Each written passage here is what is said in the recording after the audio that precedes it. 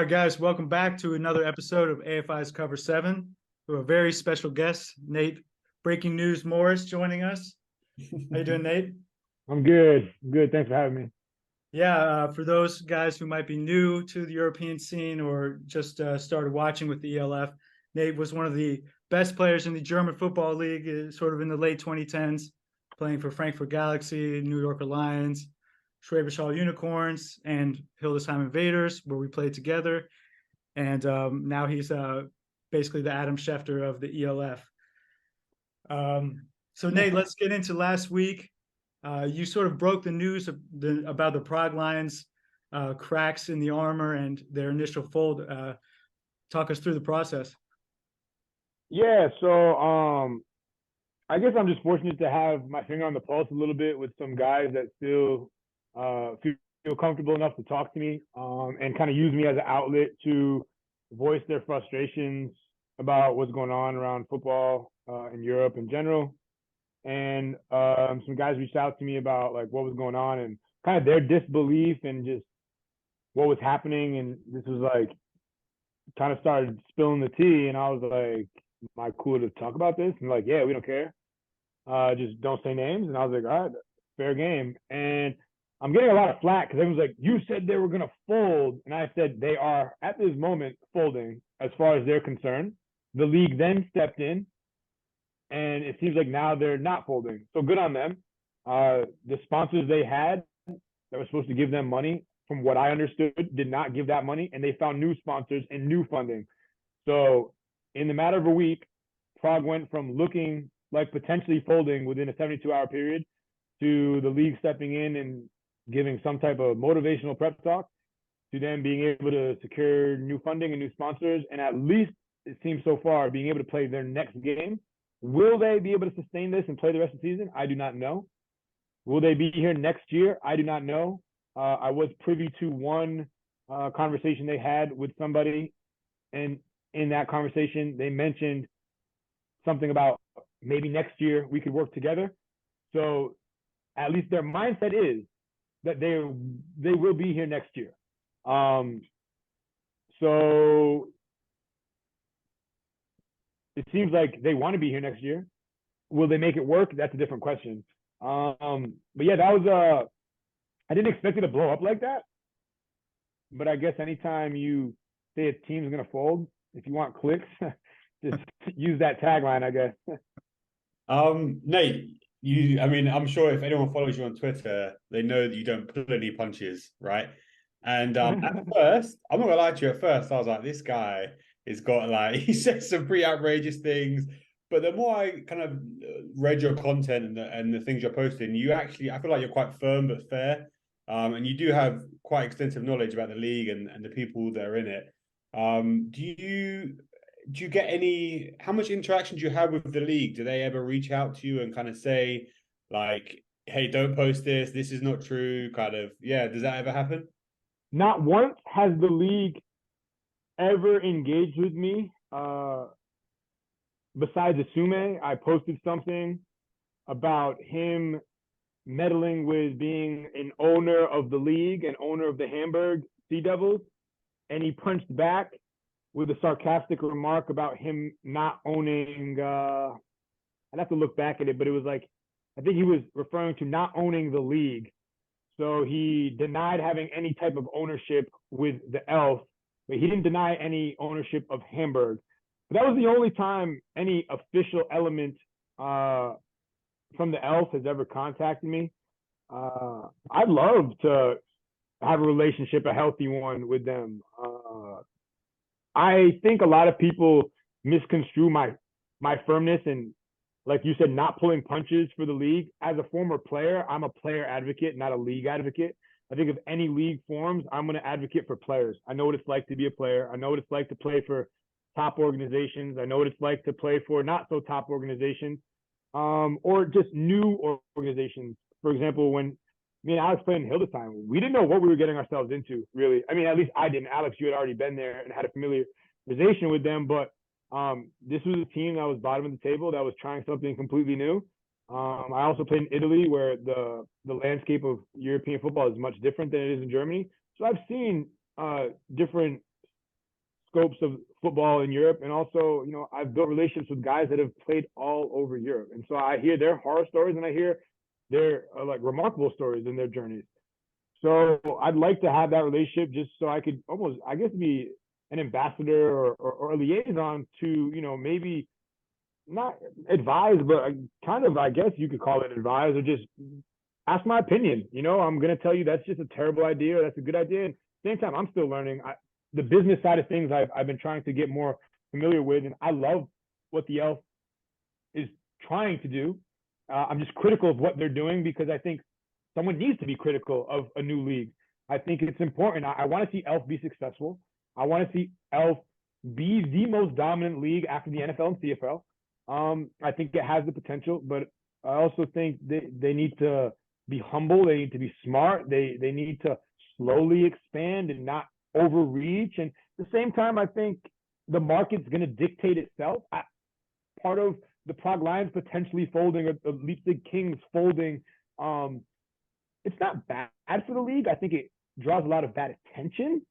But at the end of the day, the teams that are going to survive are going to survive. And the teams that are going to fold are going to fold. And in 10 years, you're going to have the teams that survive the start of the league. So there was this kind of like narrative from the league, I guess, when Leipzig folded, that this is normal, this is not a big deal, and so on. Do you feel the same way? Do you think it is a big deal? Do you think the league has expanded too fast and that's why teams have folded? Yeah. I don't think it should be considered okay to be normal. Is it normal? I guess if you look at history of new developing leagues, leagues fold. The teams don't fold within the league. So sure, we could say it's normal, but it's not a good sign. I think the expansion side of things, I would have liked to see them expand slowly and really develop those markets with depth and make sure those initial teams would be strong cornerstones, and then give the new teams that are coming into these new markets a better blueprint.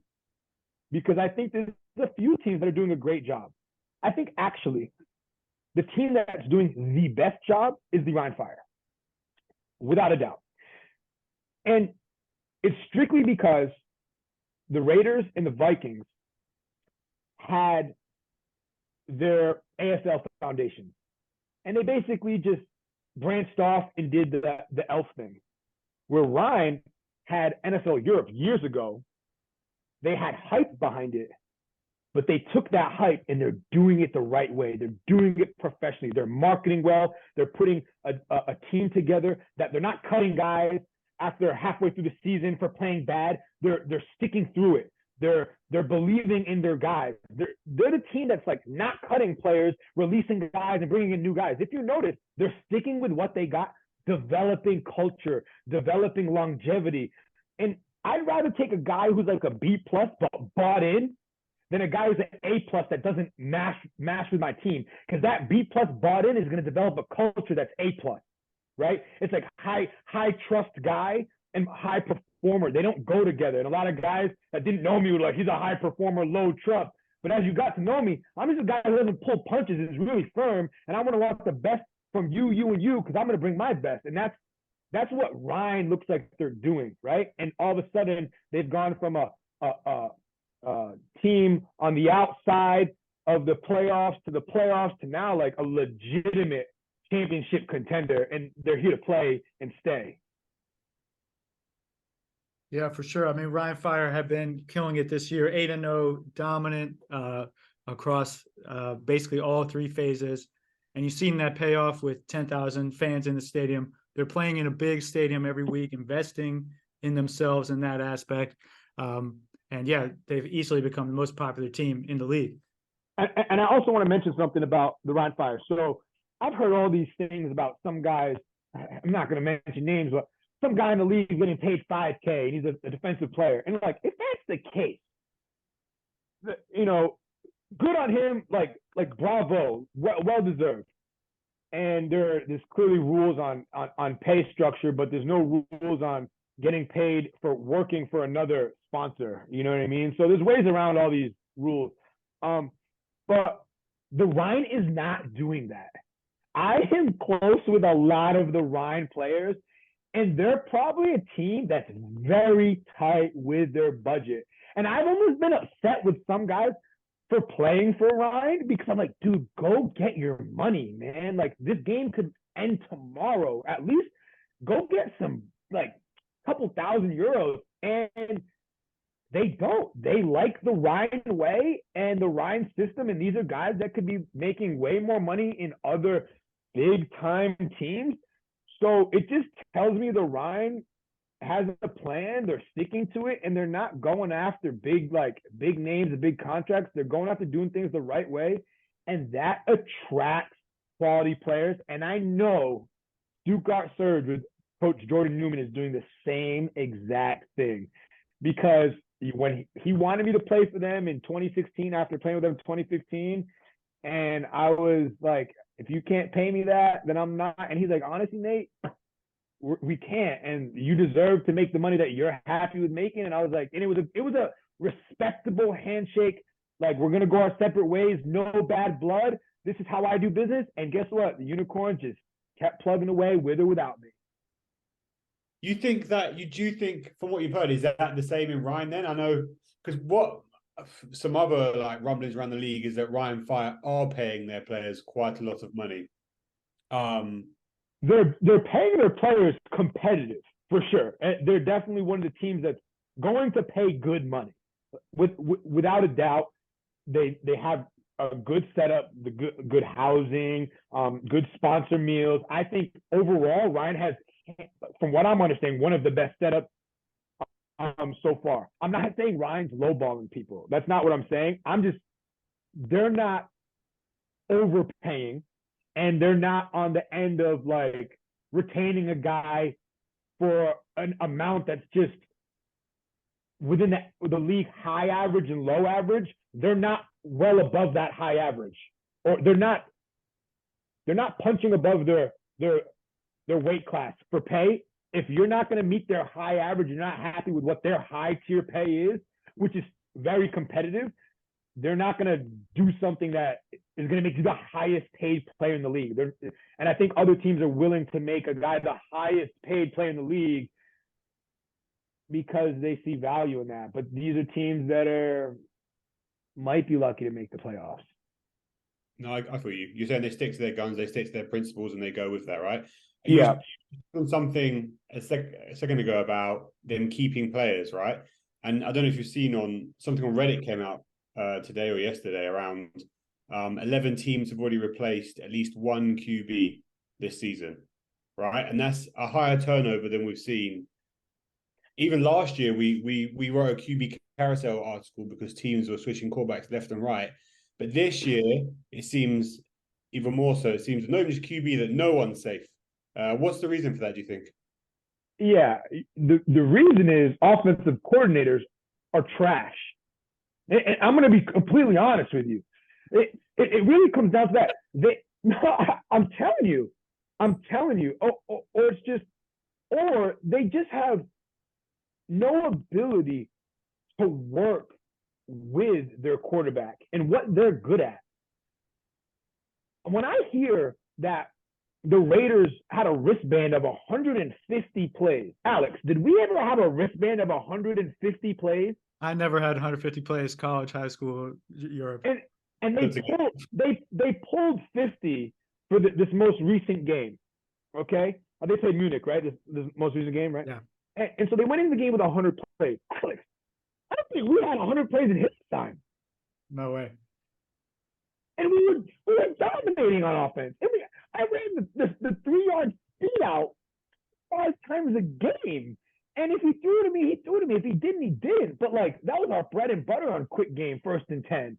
And that play would go for 3 yards or would go for 50.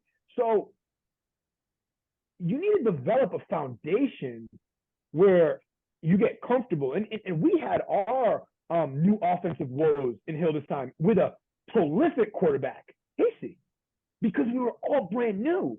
timing was an issue. The run game was an issue. Timing in the pass game was an issue. Protection was an issue. Our speed and getting comfortable. It took 5 or 6 games with me, Dable, Jaleel Owini, Mario Flores, a group of running backs that were all pretty seasoned to get on the same page as each other.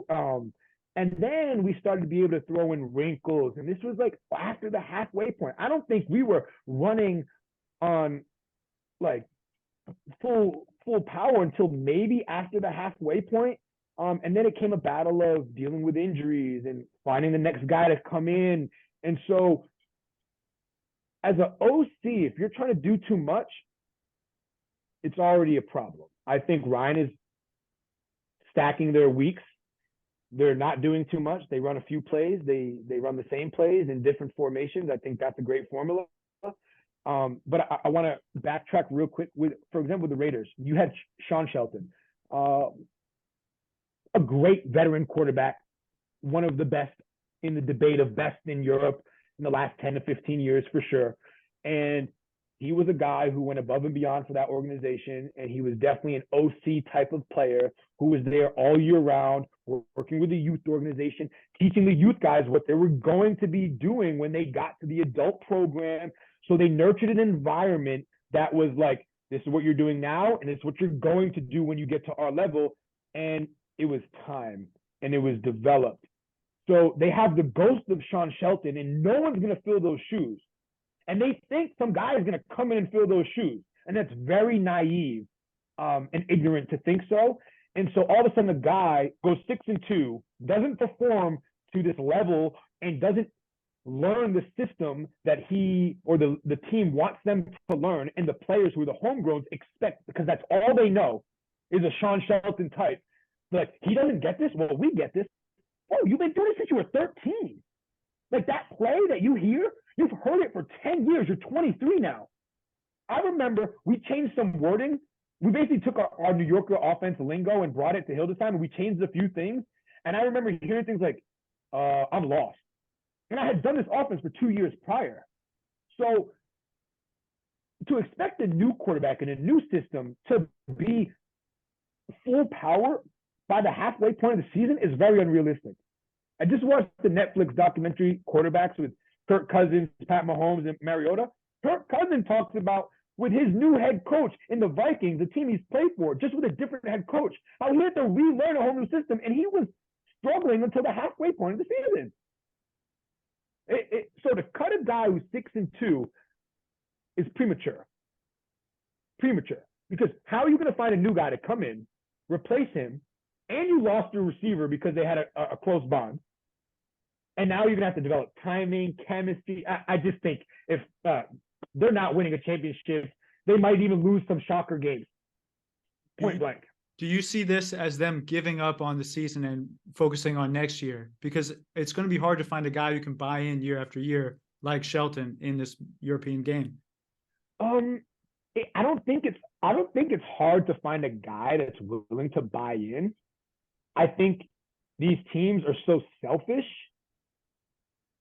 that you have to do everything outside of football right to show them that you value them, right? It's not like money isn't enough in Europe. And what I think Ryan is doing is cultivating an environment. They have a great head coach. These guys like him, and they're bringing in support staff that loves the Ryan Fire, and they have a market that loves the Ryan Fire. I think Vienna slowly is doing that too. I mean, not slowly. They've been doing it, and they have Callahay there, who's clearly a great coach in that program.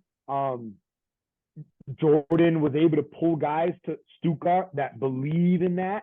I think you have to build relationships genuinely. Feel for these guys off the field issues.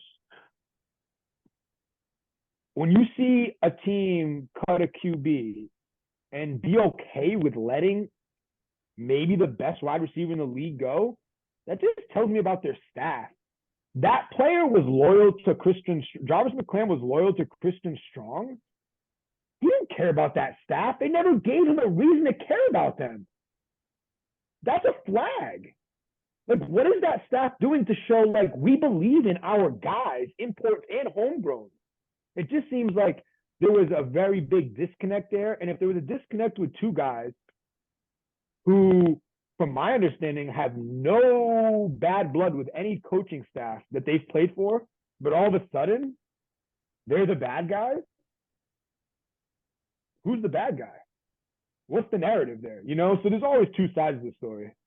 Yeah, I think we have to remember this is not the Raiders of Shuan Fatah that we had when Sean Sheldon was winning all the championships. This is a new era of Raiders football. Kevin Herron is the coach. And for those people who know the GFL, Old Stauber from the Dresden Monarchs is now the GM. He joined in the spring. From what I'm hearing, he wasn't bought in on Christian Strong and Jarvis McClam. They were already signed by the time he joined. So he might have a whole different agenda than the Raiders that we've seen in the past. Yeah, 100%. And you got to think, obviously, he coached against Strong and McClam in the GFL, right? A team that he beat. Do you know what I mean? So it's kind of, I guess that obviously weighed into his decision making when he came to Swarco, or Tyrell rather. What do you think? I think you've alluded to it already, Nate, around like professionalism in the league, right?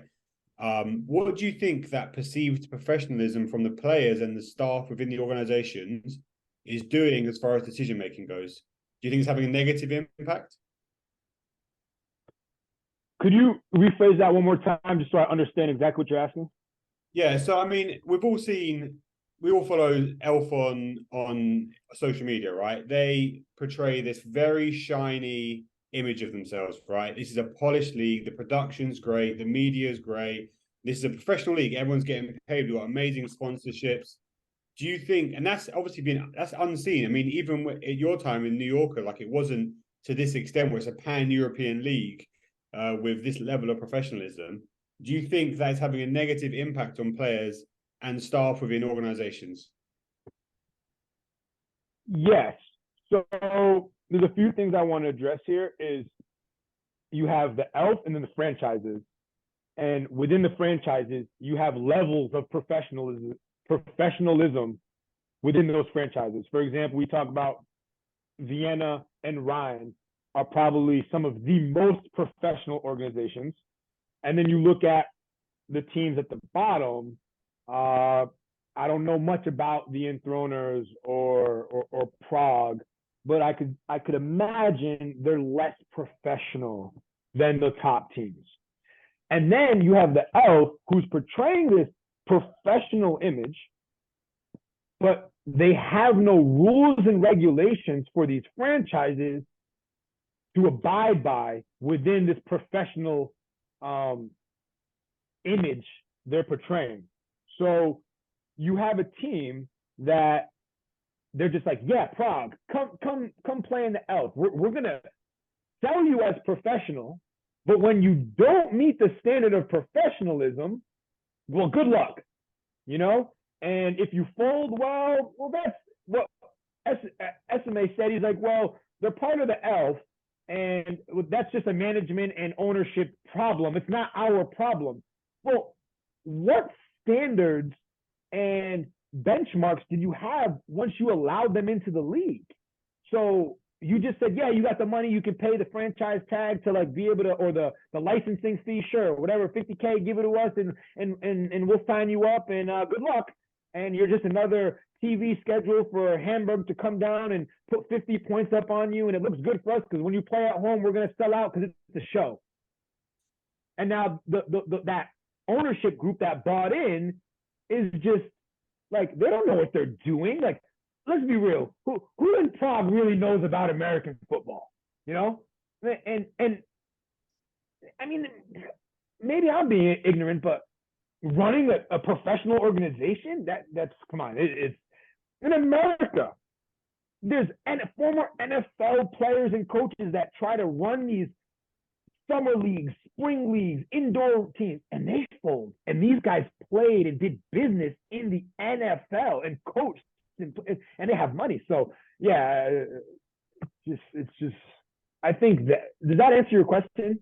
100%. Yeah. Okay. So what does that mean for the future of Elf then? If it has this it's not like they don't seem to have much foresight or much business sense when it comes to expansion teams. I'm not saying that, but maybe that is what's happening here with Prague and the teams and Leipzig, whoever else. What does the future hold for Elf then? Are they just going to open their doors to anyone and any team? Is a team from Luxembourg going to join? Is a team from, do you know what I mean? As long as you can prove that you have some money, are you allowed to join? And therefore, we're going to face the same problem again in the future?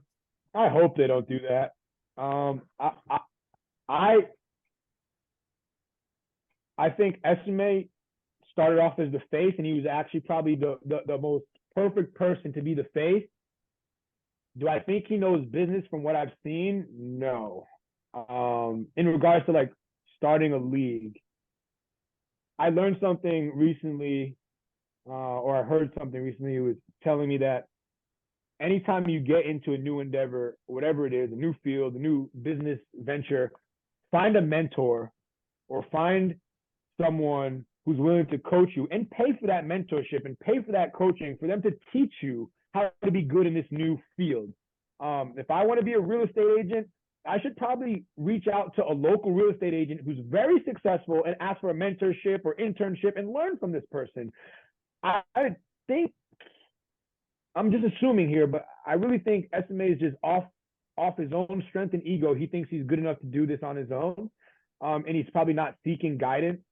And with that, I think this mentality of like, let's just chase the money while it's around is going to be, let's just go with whoever's willing to join the league and expand, when in fact, I would prefer to see a smaller league that they can control better with the best international market space of the premier cities that are existing, with imports that are from Europe are not, if they go to a different country, like a German who goes plays in Austria, they are not an import. They're just a European, and imports strictly are, let's call it Americans, and let's just say that, right? So like if, let's just exclude anyone not outside of Europe and America. So if you're an American, you're an import, and if you're from Europe, doesn't matter where, you can play anywhere in the Elf and not be considered a homegrown, because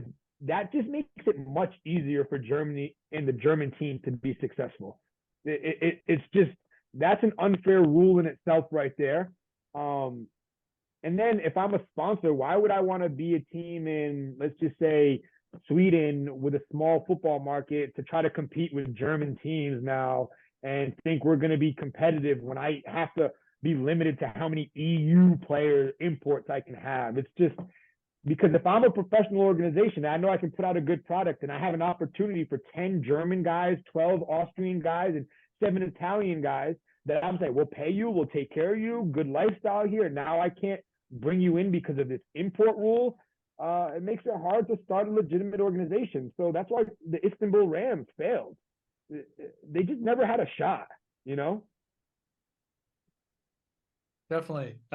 Yeah, we'll see what happens. Well, obviously, Madrid is confirmed to join next year. Zume has stated they want to get up to 24 teams. So it'll be quite a jump, right? Yeah, I had the same reaction. I don't know how this Madrid thing is going to go. Yeah, we'll see who they bring in next year. Hopefully London. I think London has a chance to play good football just because of the athletes in the UK. And yeah, we'll see what 2024 holds as far as expansion. Yeah, 24 teams. I just see, like, you know, when you go in the fridge and you just made 2 pieces of toast, and then you look at the butter after and you have enough for 1 piece of toast. Like, you don't even want that second piece of toast anymore. That's exactly what's happening. Like, why do I barely have enough to field 12 legitimate teams, and now I got to play with 24? And then you're competing with the GFL, which is still good football despite what people think, and there's still good homegrown, and not just homegrown, Europeans who are not considered homegrown playing in these leagues. And it's just, you're really starting to spread the market thin. And I love the ambition, but there's like having big ambition and then having a smart business model that can be sustainable, efficient, and effective for the long term. So yeah. So going into week 9 here, 3 games left in the regular season, and then the playoffs. What are you sort of looking for down the stretch here as you watch the ELF? What I'm looking for, well, I'm curious about who Raiders bring in. I'm curious to see if Paris can like win some games at the very end, because they're getting damn close. They just haven't like got over that hump. Yeah. I knew this was gonna happen. There's like growing pain woes with a new team. They have the athletes, but it takes time to put together a brand new team. This wasn't a sister team like the Rhine had that legacy before. This was a brand new venture. So I'm not surprised that they bring in all this talent and it doesn't work out the way they expected it to. Will they continue to fight? And then I think the obvious, Vienna and Rhine are the front runners. Those teams stay healthy and keep playing the way they do, and keep, stacking week after week. It's going to be an exciting final for sure. And then I think Munich has gotten way better week after week. I think having Sean Shelton as the athletic director is a brilliant move. I think more teams should look into having something like that. Someone who has a long time in Europe of experience, that's retired, that can be an advisor and guide a program. And like, that's smart. That's not smart. And just shows that they were good on the football field because they probably know what they're talking about. And even if it's not a full-time thing, but someone who's just an advisor to an organization, I see a very big disconnect with the European football players and the culture and mindset that they have to the ones that played in the States. There's a big reality check once you go across the Atlantic Ocean and just get your feet wet with what it's like. It's the equivalent of European soccer.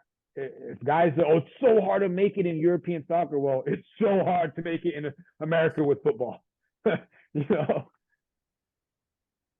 man. It sounds like you're marketing yourself a bit there as well, which I like.